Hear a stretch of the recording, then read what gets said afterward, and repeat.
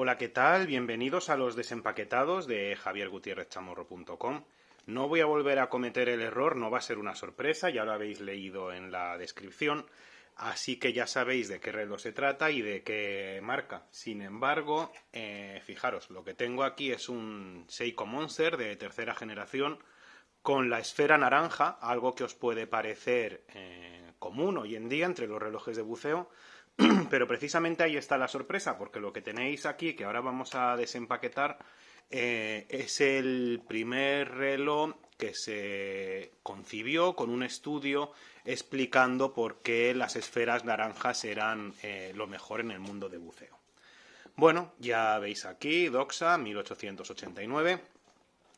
Dejadme que desempaquetemos todo.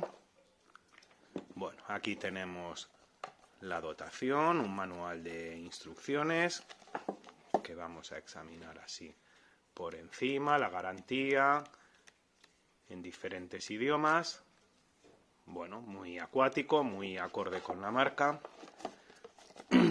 Y aquí, aunque lo habéis visto en la descripción, pues ya veis, es un Doxa, referencia 840 10 351 10. Precio de venta al público, 1.890 euros. Es un estuche de buena calidad, forrado con tela, con una cremallera en color naranja, muy adecuado para lo que os voy a explicar ahora. Vamos a abrirlo. Las sensaciones son increíbles, soy súper fan de esta marca, ya lo leísteis en los reportajes sobre Dirtpit. Y bueno, fijaros, vamos a extraer todo para que lo podáis ver. Y aquí está el reloj, muy bien protegido. Vamos a extraerlo con cuidado. Tenemos aquí una bolsita de secante, buen detalle. Un cordel para colgar el estuche, me imagino.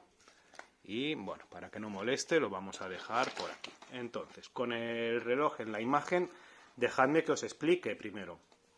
Porque resulta que aunque habéis visto aquí que es Doxa 1889, su historia se remonta un poco antes, se remonta a 9 años antes, a 1890, cuando George Ducoman pues empieza a ejercer como aprendiz de relojero. La gracia, el punto relevante, es que George tenía solamente 12 años cuando empezó a hacer de aprendiz. Y en 1889, justo cuando la cifra que pone aquí, es decir, cuando George tiene 20 años, 21, pues funda su propia marca, en aquel entonces denominada George Ducoman Fabriques Doxa. ¿A qué se dedicaba? Pues os va a sorprender, porque se dedicaba sobre todo a hacer relojes de vestir, relojes elegantes. Y bueno, algo que tampoco es muy conocido, aunque no es ningún secreto, pero que no se suele decir, es que doxa deriva del griego clásico y significa gloria. Bueno, lo hemos dejado en el año 1889, que funda su propia marca, y en 1910 decide registrar la marca Doxa y rebautiza la fábrica como la Doxa Watch Factory. A partir de ahí lo que se propone o lo que figura en el acta de registro es que es una empresa dedicada a fabricar cualquier tipo de componente de relojería. En 1918, siendo la marca, la empresa todavía reciente, ya tiene contratados a cientos de empleados en la factoría. Tanto es así que en 1921 Bugatti los contrata para fabricar sus relojes del tablero de instrumentos de los coches. Bugatti, que ya era una marca de representación y de lujo en aquella época. Continúan ganando fama, gloria o doxa, si me permitís la licencia, y empiezan a innovar rápidamente. Hacen relojes antimagnéticos, calibres resistentes, etcétera, etcétera. Hasta que en 1936 pues fallece el fundador, fallece George Ducoman, y le sucede su yerno. Su yerno se llamaba Jacques Nardin, y no viene a ser ni más ni menos que el nieto del fundador de Ulysse Nardin, la alta relojera suiza. Gracias al sucesor, a Jacques Nardin, poco a poco la marca va ganando sofisticación y crean pues mecanismos con horas saltantes, relojes con alarma, implementan pointer dates, hoy tan famosos en Oris, y en 1944 pues terminan renombrando la fábrica, la empresa, como Manufacture des Montres Doxa, es decir, manufactura de los relojes Doxa. A partir de 1960, pese a todo el prestigio que tenían en los relojes elaborados y complicados, deciden centrarse en los relojes de buceo. Era el buceo profesional y recreativo, era algo que ya estaba en auge en aquella época y aprovechando toda su experiencia relojera, pues deciden lanzarse al mundo del buceo. Pero no lo hacen solos, sino que se apoyan en buceadores aficionados y profesionales para que les ayuden a crear y a diseñar ese reloj. Entre los nombres eminentes que ayudaron a crear los Doxa, pues está el marino, el expedicionario marino Jacques Cousteau. Ahí en esa época es cuando Doxa hace el famoso estudio que os mencionaba aquí, sobre la legibilidad de las esferas bajo el mar. Y se dan cuenta que el color naranja es el color que mejor son capaces de apreciar y de distinguir todos los buceadores bajo el agua.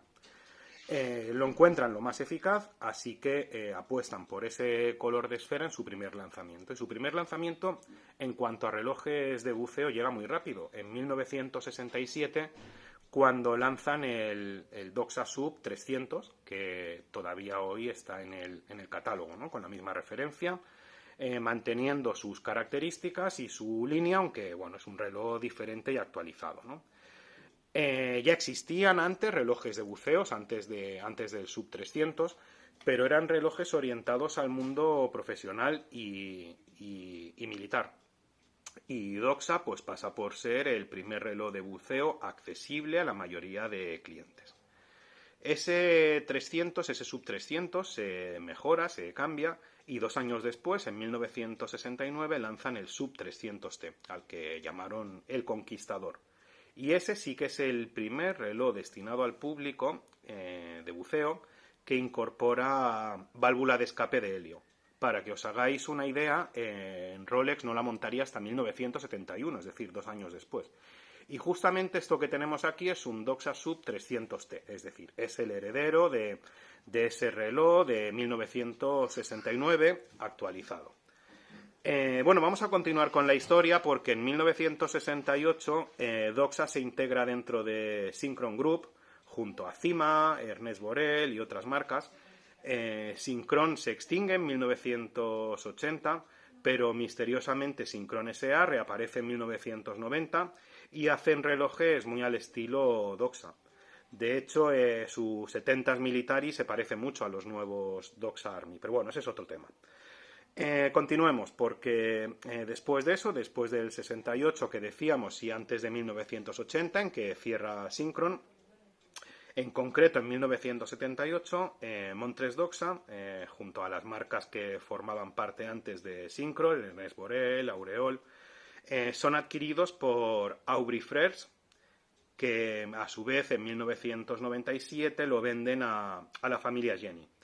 La familia Jenny, que poseen la marca Jenny & Cie S.A., es una empresa que también se funda en 1963, posterior a Doxa, pero que en su momento cosecharon gran éxito en cuanto a los relojes de buceo.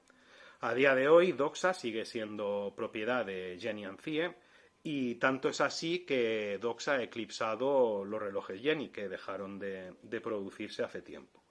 Así que en el catálogo actual de Doxa tenemos que el Sub 300 de 1967 se renovó y está en el catálogo desde 2020, en su última generación, y este Sub 300T se relanzó en el 2002 y se actualizó en 2019, que es justamente lo que tenéis aquí.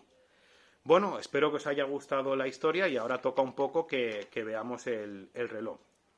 ¿Qué tenemos? Pues tenemos una caja que, como es tipo cojín, pues mide 42 milímetros y medio de ancho, sin contar la corona, y 44 de alto.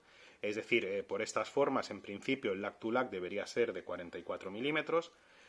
Tiene un grosor de 13,65 milímetros, según las especificaciones, y fiel a sus orígenes de buceo, es resistente al agua a 120 atmósferas, es decir, 1200 metros, nada menos. Dejadme que me lo voy a probar y os sigo explicando y os sigo mostrando cosas. Me queda ajustar el brazalete, pero fijaros que aunque es un reloj contundente, no se ve gigantesco en la muñeca. Tiene esa estética de los años 60 que tanto nos gusta y que personalmente tanto valoro en Doxa, que son fieles a sus orígenes. Tiene un bisel interno fijo con el minutero, tiene un bisel externo bidireccional. Vamos a girarlo. Fijaros el tacto que tiene, cero holgura, los clics marcados, muy sólido. Un brazalete estilo granos de arroz, de acero inoxidable. Y dejadme que me lo retire. El logotipo de Doxa grabado en el cierre, cierre por pulsadores, extensión de buceo. ¿Qué más tenemos que no hayamos comentado? Además de que se me va la vista a la esfera naranja, que es alucinante. Pues tenemos un cristal plano, que es de zafiro. Plano me gusta porque es mucho más legible y además de cara a la resistencia al agua es mucho más resistente. Lleva tratamiento antirreflejos. La trasera, fijaros qué sólida es, de acero inoxidable, con el grabado aquí de Doxa. Y es muy sólida porque 120 atmósferas, eso no lo resiste cualquier reloj. Para que nos hagamos una idea, un Rolex Submariner son 30 atmósferas.